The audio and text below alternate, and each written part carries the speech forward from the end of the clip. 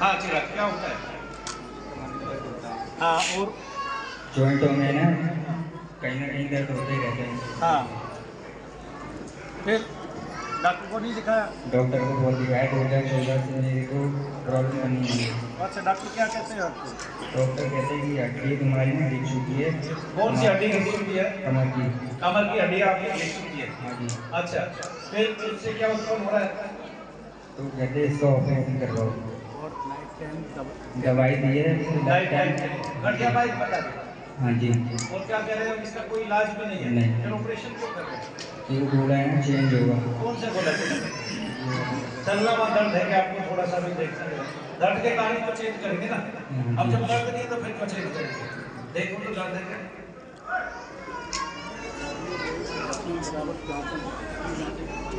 भाई उसको कल परसों दर्द हुआ ना, आप 20,000 रुपये लगाया है नाइक हॉस्पिटल में, फिर उसका वो दर्द नीचे आ गया, कमर में आ गया। दर्द तो वही है, वो कभी कहीं घूम रहा है, कभी कहीं घूम रहा है। आज मैंने ना दवाई नहीं खाई इसलिए दर्द हो रहा है। दवाई नहीं खाई इसलिए दर्द हो रहा है? ऐसे दवाई खा लेता हूँ तो दर्द नहीं होता। दवाई खा लेता है तो दर्द नहीं होता है? नहीं, इसका मतलब कोई ऐसा है जिसका मकसद ये है कि मुझे दवाइयाँ रोज खिलानी है, नहीं समझे? तो उसका मकसद है ना, आज दवाई नहीं खाई तो क्या अभी दर्द हो रहा है? अब मेरे सामने खड़ा है, दर्द हो रहा है, तो कहाँ गया दर्द? भाई तू उस दर्द को ले आना। थोड़ी देर पहले हो रहा था, जब तू लाइन में था तब भी हो रहा था, मेरे सामने खड़ा हुआ, कहाँ गया? तब झंझनाहट हो रही थी, वो झंझनाहट हो ही इसलिए रही थी क्योंकि वो जगह छोड़ के भाग रहा था। इसका मतलब आपको दोष है। आज आप पहली बार आए ना पुत्र, है ना? अब आपको आते रहना है, 8 बार में ये तो खत्म हो जाएगा। ये कोई बड़ी चीज नहीं है जो आपको देख के भाग गया, मुझे देख के मेरे सामने खड़ा होने से पहले ही भाग गया। इसका मतलब खाता हूँ ना तो आया भी नहीं जाता। भाई दोष है शरीर में, वो तरह तरह के रोग उत्पन्न करेगा। उसका काम ही आपको बीमारी देना है, उसका मकसद ही इसी को तंत्र कहते हैं, इसी को अभिचार कहते हैं। और इसी के लिए पूरे अथर्ववेद में प्रार्थना की गई है, कभी अग्निदेव से, कभी अर्जुनी से, कभी त्रिशंकी से, ऐसे देवता है हमारे, उनसे प्रार्थना की गई है। कभी अग्नि सोम से, कभी रुद्र से, ऐसे प्रार्थनाएं की गई है सकल विचार को खत्म करने के लिए, कृत्य आदि को, दूषण आदि को खत्म करने के लिए, आपके अरिष्ट का नाशन करने के लिए। आ गया समझ में? हाँ, और उसमें लिखी हुई है सारी की सारी क्रियाएं। कोई ये कहता हो कि क्रियाओं के बारे में नहीं लिखा, विद्वेषण, स्तंभन और वश्याकर्षण लिखा हुआ है बाकायदा, ठीक है कि नहीं? भगवान चंद्रमा के 2 स्वरूप है, उसमें संतान और आदान, ये 2 स्वरूप है, संतान और आदान। ये दोनों ही स्वरूप क्या करते हैं? ये शत्रुओं का वशीकरण करके उन पे कब्जा कर लेते हैं। आया समझ में? और इससे हमारे दोष खत्म हो जाते हैं। जय श्री देव बोलिए। अब मुझे ये बताइए जैन साहब कि आपको दर्द कर, अच्छा मैंने कितनी मिनट जाप किया? कुछ नहीं मिनट जाप नहीं किया आपके लिए, लेकिन फिर भी मैं आपको एक बात बता देता हूँ। अभी आपको आते हैं जो कि तत्व को आपके शरीर का अभ्यास हो गया, आपके शरीर में वो रम गया, कहीं कहीं बैठते हैं वहीं डॉक्टर कुछ ना कुछ रोग बता देता है। डॉक्टर से ये रोग कभी ठीक नहीं हो रही, वो केवल पैसे भांज रहा है आपका। हाँ जी, चेंज कर देंगे आपको। जब वो कूल्हे पे आ गया तो कूल्हा में चल रहा है, जब वो कमर पे चला गया तो कमर का मनका घिसा हुआ है, कोई बोल घिसी हुई है, जब वो सर में चला गया फिर तो क्या कहा? सारी जांच करवा लिया है, कुछ नहीं है ना। अब कुछ आ जाता तो कोई काला बिंदु होता है तो उसको ब्रेन ट्यूमर बता देते हैं। कान की जांच, MRI, कान की जांच, सब कुछ जांचें करा ली। बेटे मैं तुझे एक बार बता रहा हूँ, तुम्हें केवल दोष है, तुम्हें किसी डॉक्टर की जरूरत ही नहीं है दुनिया में। आगे तो समझ। अब मैं बताता हूँ महर्षि चरक क्या कहते हैं। महर्षि चरक कहते हैं कि उन्माद से रोग उत्पन्न होते हैं, यही हमारा अथर्ववेद कहता है। अथर्ववेद में उन्माद की बातें आती हैं और तो और कृत्या संबंधी पूरा का पूरा चैप्टर आता है। आगे ना कृत्या सूक्तम, कौन सा सूक्त है? कृत्या सूक्तम। कौन से कांड का? 10वें कांड का कृत्या सूक्तम आप पढ़िए, देखिए अथर्ववेद में आपको समझ में आ जाएगा। आपको ये भी समझ में आ जाएगा कि जो अभिचार करने वाले हैं वे कृत्याओं को भेजते हैं। हमारे यहाँ एक बहुत बड़ी कृत्या है और वो बहुत बड़ी कृत्या जो है गुणगामी की शीतला माता की बहन है, जिसको हम मशानी माता बोलते हैं।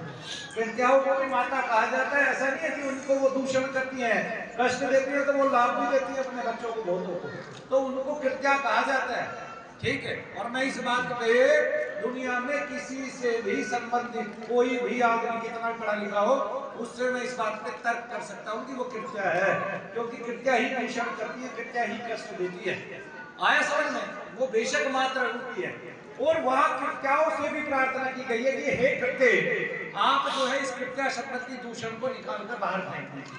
यानी कि आपकी तो वे जाति की है, आपकी तो वे बिरादरी की है। जैसे कि नीति एक देवता है, वो ब्रह्म का साक्षात स्वरूप है, मानव के कंधे पर बैठकर उसको कष्ट देते हैं। और हम क्या कहते हैं कि नियति से ऐसा हो गया, किसी आदमी का कुछ बिगड़ जाए, ये भाई शोर बहुत आ रहा है, आप चले जाए, जो शोर करने वाले होंगे चले जाए, फौरन धाम को छोड़ दे, 1000 गज को तो फौरन छोड़ दे, जाइए 500 गज में आराम कीजिए, सो जाइए, चलिए समय हो गया, नींद आने वाली होगी। तो नीति जो देवता है उसको यही कहा जाता है। और हमेशा आदमी जब कष्ट में होता है तो ये कहते हैं कि नियति में ऐसा लिखा था, तो वो इसलिए कहते हैं कि वो नियति नहीं है, नीति है। नीति देवता भी है, देवी का भी स्वरूप है, और वो मानव की कंधे पर बैठकर उसको कष्ट देती है। ये पृथ्वी लोक है पुत्र। जब आप ऋषियों की गणना पढ़ेंगे तो आप पाएंगे कि आज का वैज्ञानिक उनके ठेके से, ठीक है, उनके पैरों की धूल के कण के बराबर भी नहीं है।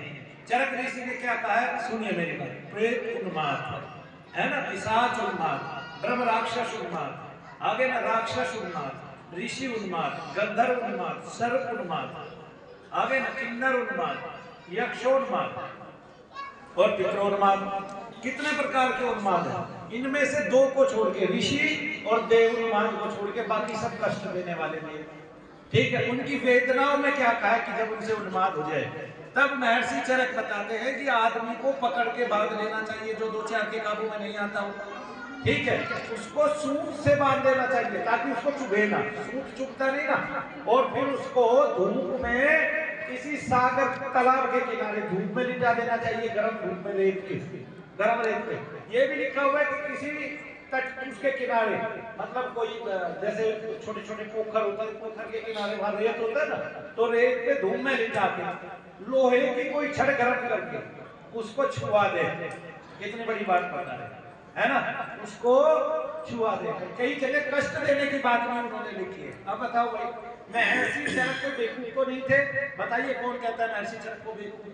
हमारे पिता थे, आयुर्वेद में इतना बड़ा शास्त्र लिखा, और वो भूत प्रेत पिशाचारी के बारे में बता रहे हैं भाई। क्यों होते हैं तभी तो बता रहे हैं। अथर्ववेद में लिखा है तभी तो लिखा है, नहीं समझे? और इतनी जनता दुखी है, ये भारत की सारी जनता दुखी है। ठीक है, जो भूत प्रेत पिशाच को नहीं मानते वे यूं समझ लीजिए कि वे सारे के सारे मूर्ख हैं और एलोपैथी के दल्ले हैं वे। आगे ना, एलोपैथी चिकित्सा दुनिया में सबसे ज्यादा पैसा कमाती है और भारत में सबसे ज्यादा पैसा कमाती है। और उस पैसे कमाने के कारण क्या है समझ में आ रहा है तुम्हें? सरेआम, जैसे इस बच्चे को जहां दर्द होता है वहीं का रोग बता दिया जाता है। ऐसा ही है जैन साहब की नहीं है? आपको कहां दर्द हुआ आज तक, वो क्या क्या रोग बताया, बताइए जरा। छोड़ दो होम्योपैथी को, मैं कोई चिकित्सा नहीं मानता होम्योपैथी, लेकिन एक चिकित्सा जरूर है कि उसका फल कोई आए ना आए। फल किस चीज का आता है मैं बताता हूँ आपको। फल आता है देवी का। ठीक है, हम चाहते हैं जल्दी। जैसे बुखार भी अपने आप उतर जाता है, आदमी अगर उसकी दवाइयां ज्यादा ना ले तो। शरीर अपने आप ऐसी कोश बनाता है, ऐसी सेल्स बनाता है जो आपकी जो विपरीत सेल है उनको डैमेज कर देता है। ठीक है, आपकी बॉडी एंटीबायोटिक बनाती है, आपकी रोग प्रतिरोधक क्षमता रोजाना बढ़ती है, आप रोग से लड़ लेते हैं आपके अंदर की चीजें, और वे बहुत सूक्ष्म है, आपको ना पता होता। कितनी है? बहुत सूक्ष्म है। डॉक्टर भी बताता है कि कैंसर जब आता है तो कैंसर से लड़ने के लिए भी सेल्स बनती है, बेशक वो जो बुरी सेल्स है वे डैमेज कर देती है उन सेल्स को, लेकिन हमारी बॉडी हर चीज के प्रति रिएक्शन करती है और वैसी सेल्स हमारे अंदर में बनती रहती है। ठीक है, अब देखिए, एलोपैथी में दवाइयां देते देते डॉक्टर बता देते हैं दवाइयों का इलाज नहीं है। आगे ना, होम्योपैथी में आपको पुष्पों का रस दिया जाता है। पुष्प रस से क्या होता है? आप थोड़ा बहुत परहेज करेंगे, टाइम देंगे, आपका शरीर आपके रोग को ठीक कर देगा। होम्योपैथी पुष्प हमने ठीक कर दिया। सही मायनों में पूरी दुनिया में एक ही चिकित्सा है, वो है आयुर्वेद। क्या है? आयुर्वेद। वो आयु को बढ़ाने वाली है, बिल्कुल आयु क्षीण हो गई, चाहे वो देवताओं की होगी तो भी अश्विनी कुमारों ने कर दिया। इनका तो क्या है भाई, ये आज तक लोगों ने इतने शास्त्र पढ़ लिए, इतने शास्त्र पढ़ लिए, सबके घर में वेद रखे, सब वेदाचारी हैं। किसी ने बताया आज तक? मैं बताता हूँ, जिसको अंग्रेज प्लूटो कहते हैं। क्या कहते हैं? प्लूटो कहते हैं। वो माता अदिति है। आगे अदिति जो है नवग्रह और अश्विनी कुमारों के साथ अथर्ववेद में लिखा हुआ है। और ऋग्वेद में क्या लिखा हुआ है? कि नवग्रह के साथ साथ 2 अश्वनी कुमार भी भगवान सूर्य की परिक्रमा करते हैं। अश्वनी कुमार जिसको वो नेपच्यून और यूरेनस बोलते हैं। लेकिन चूंकि नेपच्यून और यूरेनस हमारे किस भाव को देखते हैं, बीमारी के भाव को देखते हैं, और जो नवग्रह है वो हमारी आयु का पार्ट है। 120 वर्ष की आयु मानव की घोषित की गई है देवताओं की तरफ से। सबकी दशाएं हैं हर देवता की, है ना। शुक्र 20 वर्ष, शनि 19 वर्ष, राहु 17 वर्ष 18 वर्ष ऐसे, केतु 7 वर्ष, सूर्य ऐसे 10, चंद्रमा 10 वर्ष है जी, मंगल 8 वर्ष, सूर्य 7 वर्ष या 6 वर्ष, ऐसे ऐसे सब देवताओं की दशाएं हैं। और उन वर्षों को मिला के हम 120 वर्ष जीने चाहिए। तो एक प्लूटो ग्रह है, वो बिना किसी अवरोध को एकटक सूर्य को देखता रहता है। वो सूर्य की माता है, माता अदिति की पुत्रे आशा। माता, माँ को अपने बेटे को देखे बिना रह नहीं सकती। तो लगातार उसने कोई पढ़िए प्लूटो के बारे में, जाओ पढ़ते ही नहीं हो तुम लोगों का नेट नहीं खुलता है। यहाँ तुम कह देते हो हमें नेट ही नहीं खोलना आता, तो यहाँ पढ़ लो। मैं लिखा हुआ दिखा दूं हमारे वेदों में। इसको ये कहते थे ना लोग, मैं एक दिन कह रहा था तो मैं प्लूटो के बारे में मैं जरूर बताऊंगा। सब लिखा हुआ है हमारे ग्रंथों में, हमने पढ़ाई नहीं इतनी बारीकी से। क्यों? क्योंकि हमारे से बड़ा कोई मूर्ख ही नहीं है। हमने सीखना तो सारा कृष्णों से है, ठीक है। हम करेंगे तो दूसरों की हो, तो फिर अपनों को कहाँ देखेंगे, अपनी बातें कहाँ देखेंगे। तुम्हें पता है कि शांति 18 प्रकार की होती है। कितने प्रकार की होती है शांति? 18 प्रकार की होती है। किसी अंग्रेज ने बताया सर आपके मन के क्या क्या पार्ट है? किसी अंग्रेज ने बताया है? अरे तुम अंग्रेजी डॉक्टर की दवाइयां खाने वाले, तुम्हें अपनी बुद्धि है कहाँ? तुम्हें अपना होश है कहाँ? तुम अपना आधार जानते कहाँ हो? हैं? सूर्य की आज तक 8 रश्मियां नहीं हुई, क्योंकि 7 रश्मियां हमारे ऋषि बता गए थे। कहां से दिखाई देती थी उनको? बताना जरा, कौन सा वो था यंत्र उनके पास कि उन्होंने सीधा बता दिया सूर्य की 7 रश्मियां हैं? हमारे ग्रंथों में लिखा हुआ है। आज के हमारे में है जी, वेदों को ले लो 10,000 वर्ष पुराने हैं, नहीं मिलते। रामायण की जो मूल प्रति है वो भी 6,000 वर्ष 6,500 वर्ष पुरानी है, जो उनके हाथ में लिखी हुई है, ऋषियों के हाथ में लिखी हुई है। तो फिर एक ही धर्म से बहुत सारे धर्म उत्पन्न हुए हैं। बौद्ध धर्म उत्पन्न हुआ है, जैन धर्म उत्पन्न हुआ है, सिख धर्म उत्पन्न हुआ है। तो वो उत्पन्न होने में भी उनके समय लगे हैं। 600 वर्ष पुराना तो वही है, अंग्रेज तो बहुत बाद में आए हैं। सिख धर्म नहीं, फिर तो हमें साफ साफ समझ में आना चाहिए। तो फिर जो प्लूटो ग्रह घूमता है, जिसको प्लूटो बोलते हैं, वो माता अदिति का स्वरूप है। और कारण भी, अगर वो माँ है तो उसी से बहुत सारे देवता निकले हैं, उसी के गर्भ से बीज उत्पन्न हुआ है। आया समझ में? तो इसलिए जब हम बहुत गहनता से पढ़ेंगे, हमारे को हमारी पूरी नॉलेज हो जाएगी, पूरी। अरे भाई, जैसा बाहर दिखता है वैसा अंदर भी दिखता है, वैसा ही जाल है आपके अंदर। आप देख लीजिए, अपने मन मस्तिष्क में जाइए, आंखें बंद कीजिए। बाहर तेज दिखाई दे रहा है, बाहर सूर्य दिखाई दे रहा है, अंदर भी दिखाई देगा। बाहर बादल दिखाई दे रहे, अंदर भी दिखाई देंगे। बाहर काले बादल दिखाई दे रहे, अंदर भी काले बादल दिखाई देंगे। बाहर बादल भागते हुए नजर आ रहे, अंदर भी भागते हुए नजर आएंगे। कभी बैठे ही नहीं, कभी आंखें बंद की ही नहीं। बाहर तारे दिखाई दे रहे, अंदर भी तारे नजर आएंगे। बाहर सूर्य दिख रहा है, अंदर भी सूर्य नजर आएगा। पहले प्रकाश आएगा, फिर तेज आएगा। सेम सेम वैसे ही होगा जैसा बाहर आंखें खोल के देख रहे। उसकी आंख नहीं भी है किसी के पास, तो बस वो यही देख ले कि अंदर करके अपने चक्षु से, अंतर चक्षु से, अंतर्निहित चक्षु से, अपने आज्ञा लोक में, आज्ञा आकाश में, अपने हृदय आकाश में, ठीक है, जहां पर हम हमेशा झांकते हैं, जहां पर ईश्वर की ऊर्जा में बाल समान बाल की भी अग्रभाग के 10,000 में हिस्से। तो फिर हमारे से पूछे हैं कि प्लूटो की तो नहीं खोज की, अरे नो की कर ली है, क्या कम है? तुम बिना किसी यंत्र के नो ग्रहों की खोज करके दिखा दो भाई, सूर्य के साथ साथ कौन कौन से घूमते हैं। या बैठ के किसी ऋषि ने बता दिया मंगल की भूमि लाल है, तुम बता के दिखा दो ना। तुम्हारे कौन से पूर्वज ने बताया था मंगल की भूमि लाल है? बता दो भाई मुझे। तो कोई गणना नहीं है हमारे ऋषियों की। तो हमारे ऋषियों की ये भी गणना है कि उन्माद संबंधी बहुत सारे रोग उत्पन्न हो जाते हैं शरीर में। इस बच्चे को जहां दर्द होता था वहीं रोग बता दिया। जैसे जोड़ों में दर्द होता था तो क्या बताया? गठिया बाय। पैर में दर्द हुआ तो क्या बताया? बोल घिसी ऑपरेशन भी हुई है, ऑपरेशन कर दिया घुटने का, और दर्द इसको वही था। कंधे में क्या बता रहे हैं? सर में अब देखिए इसके सर में कोई भी दाना काला नजर आता है या पिताजी का रूप नजर आता है, क्योंकि वो जो दोष है वो तिल के समान बिल्कुल काला है, और वो आजकल इतने सूक्ष्म यंत्र बना दिए एलोपैथी में कि वो उनमें नजर आ जाते हैं, लेकिन डॉक्टर उसको रोग बता देता है बिना घोषित किए, बिना ये देखे, और उसी का इलाज करता रहता है। किसी को ब्रेन ट्यूमर बता देता है, मानो भैया केवल दोष निकालते हैं, ब्रेन ट्यूमर नहीं निकालते। तो ब्रेन ट्यूमर कैंसर कैसे ठीक होता है? ब्रेन ट्यूमर और कैंसर था ही नहीं, घोषित कर दिया गया। वे डॉक्टर जो हर जगह जाने पे अपनी मशीनों से बार बार टेस्ट कराते हैं, उनको खुद को पता है ये सारी झूठी है, ये सारी फेक है, इनकी मशीनें क्यों कराते हैं फिर भाई बार टेस्ट?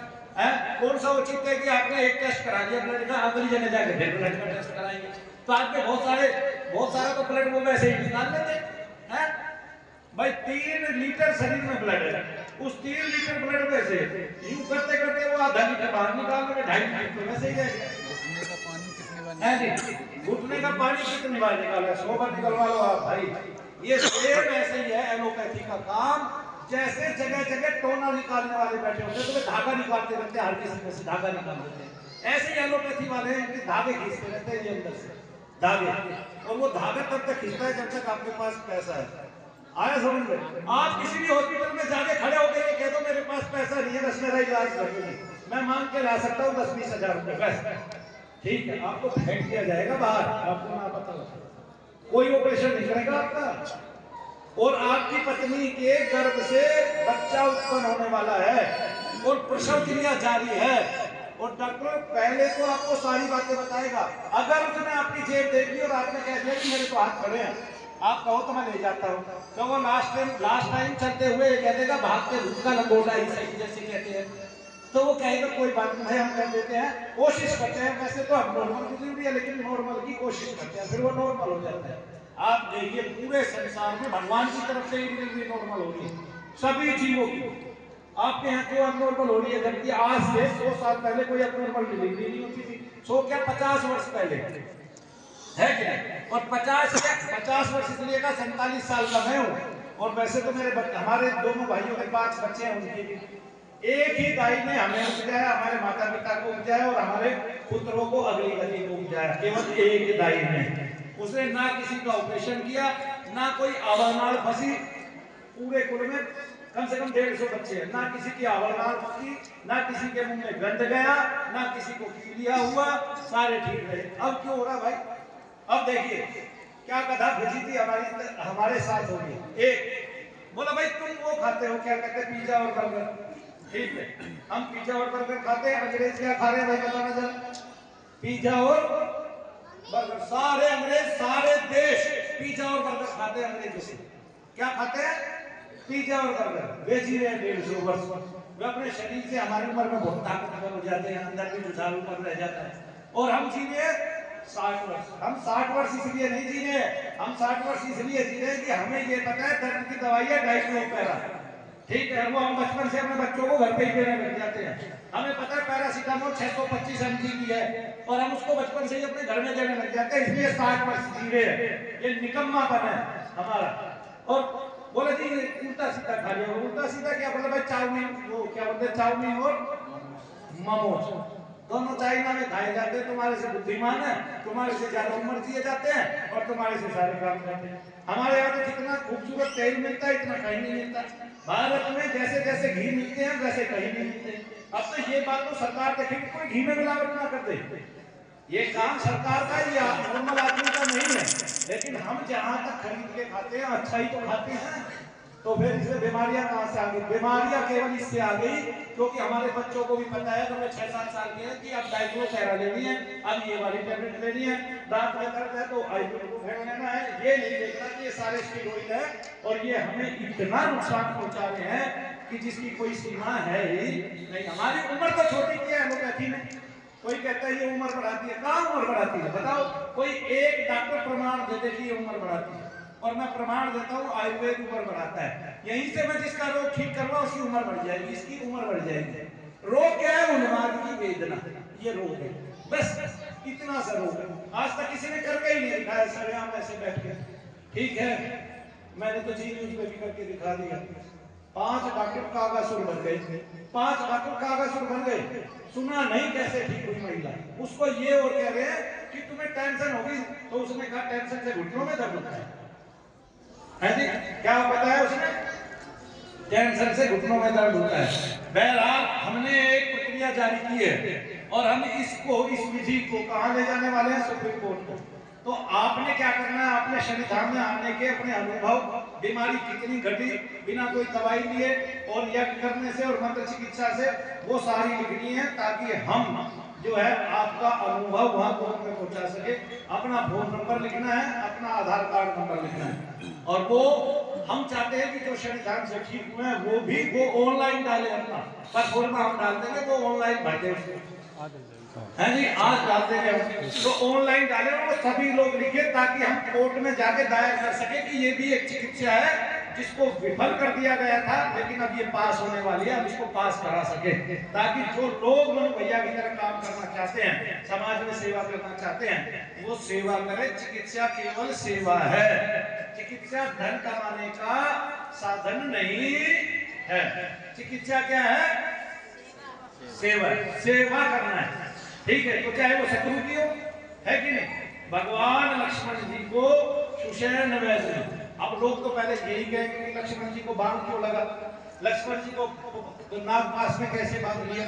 अब देखिए, बहुत ध्यान से सुनिए, ठीक है कि नहीं? बहुत ध्यान से सुनिए भाई।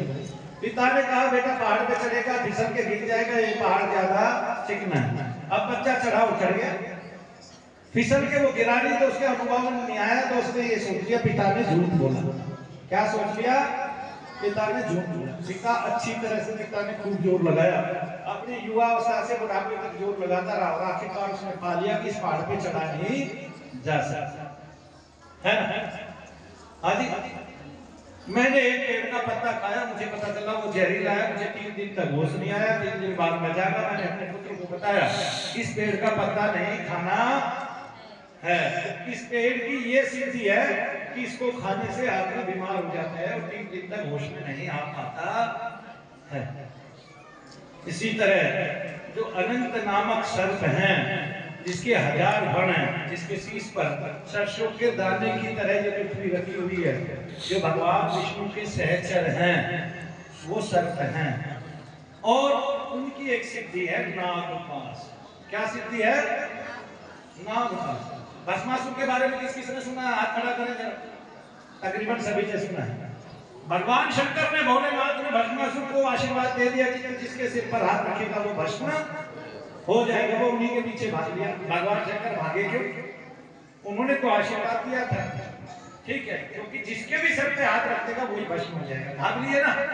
तो अनंत नामक जो सर्प है, जो लक्ष्मण जी का रूप लेके प्रकट हुए, किसके घर में? दशरथ के घर में। जब उन पर नागपाश छोड़ा गया तो उन्होंने उसका मान रखा, जैसे भोलेनाथ ने अपने वरदान का मान रखा, और भगवान मोहिनी रूप में आके भस्मासुर को डांस करा के, नृत्य करा के, और उसका सर, उसका हाथ उसी के सिर पर रखवा दिया और वो स्वयं भस्म हो गया।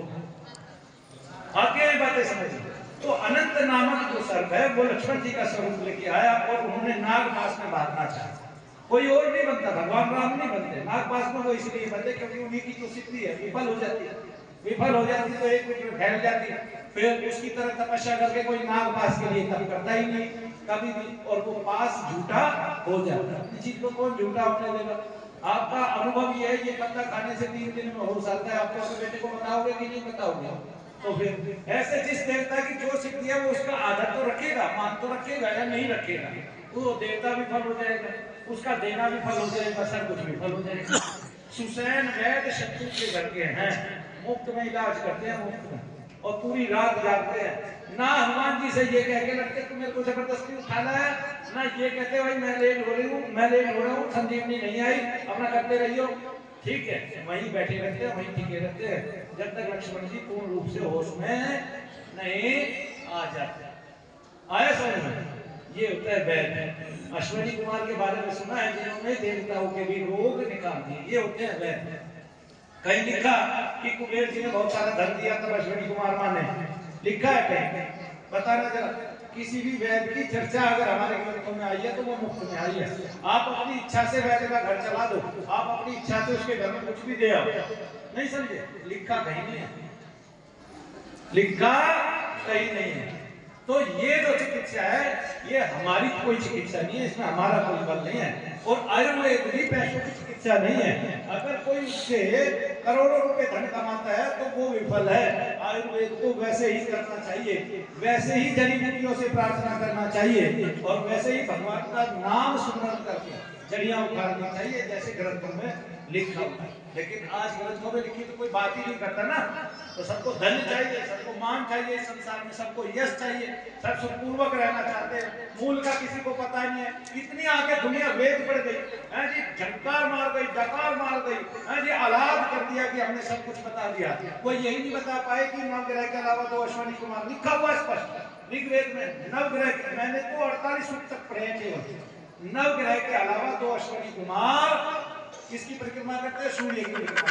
अब अथर्ववेद में क्या पाया देखिए, मैंने 2 ही वेद पढ़े हैं थोड़े थोड़े।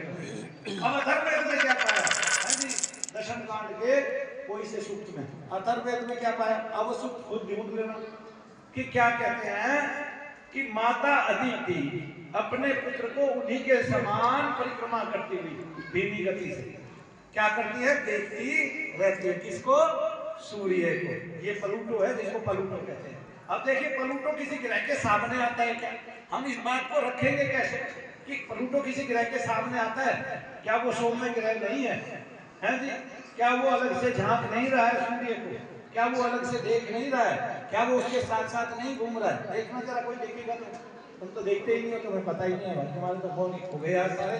वैसे तुम AI चैटे फलाना ये पता नहीं क्या तुम्हारे AI के भी कुत्ते फैल हो गए आज तक, या पिल्ले फैल हो गए? दोनों फैल हो गए, कुत्ते पिल्ले दोनों फैल हो गए तुम्हारे AI नहीं समझे। तो ये जब हमारे सभी ग्रंथों में लिखा हुआ है कर रहे हैं भाई, हमारी जो प्रक्रिया है वो इतनी सुदृढ़ है कुछ नहीं। मंत्र चिकित्सा दुनिया में सबसे ज्यादा ताकतवर, यज्ञ चिकित्सा दुनिया में सबसे ज्यादा ताकतवर है ना। फिर कहाँ डरते हो भाई, क्यों डरते हो?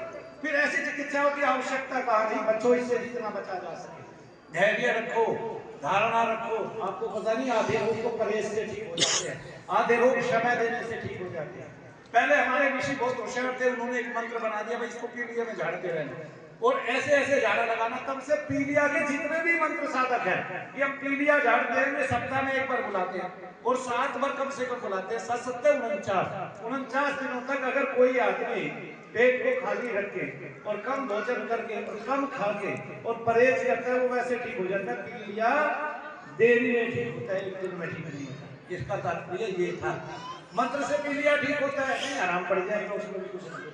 नहाने से होता है नहीं, भगवान का नाम लेते जाओगे आप, क्योंकि भगवान का दर समझ के जा रहे हैं, भगवान का नाम लेते आओगे आप, उन दिनों में बड़े सात्विक हो जाते हैं। जब आपको कोई रोग हो जाता है तब आपको उस रोग को ठीक करने में मदद मिल जाती है। हम उसको मान दूसरी चीज लेते हैं, ठीक है ना। लेकिन जैन साहब का एक अनुभव है कि इनको जहां दर्द हुआ वही कोई ना कोई रोग बता दिया डॉक्टर ने, एक सर को छोड़ के। सर में कब दर्द हुआ था बता देना है।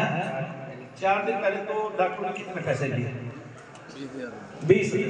तो सर का दर्द ठीक हो गया नहीं? अब आ रहे हैं,